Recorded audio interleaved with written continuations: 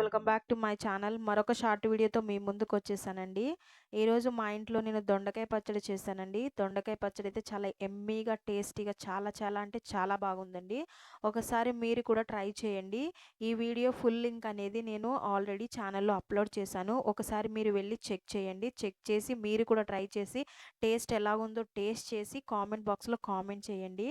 అయితే నేను దొండకాయ పచ్చడి చేసిన తర్వాత కొంచెం పచ్చడనేది ఎందులో అయితే తాలింపు వేశానో అందులో ఉంచుకుని, దాంట్లో కొంచెం వేడి వేడి అన్నం వేసుకుని, దాన్ని ఇందులో మొత్తం కలిపేసుకుని, మొత్తం ఆ గిన్నంతా ఊడ్చేసానండి. స్పూన్‌తో సహా మొత్తం ఆ గరిటె మొత్తం అంతా ఊడ్చేసి, మొత్తం అంతా శుభ్రంగా ఆ పచ్చడంతా కలిపి, దాన్ని వేడి వేడి అన్నంలో తింటే చాలా అంటే చాలా టేస్టీగా అనిపించిందండి.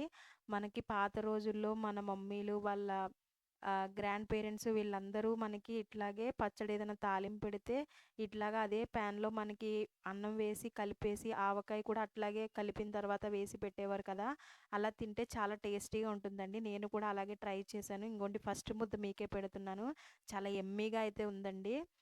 చాలా చాలా సూపర్‌గా ఉంది. ఆ ఉల్లిపాయలు పంటి కింద తగులుతుంటే ఆ పులుపు తగిలి చాలా బాగుందండి. దొండకాయ పచ్చడి అయితే చాలా టేస్టీగా వచ్చింది.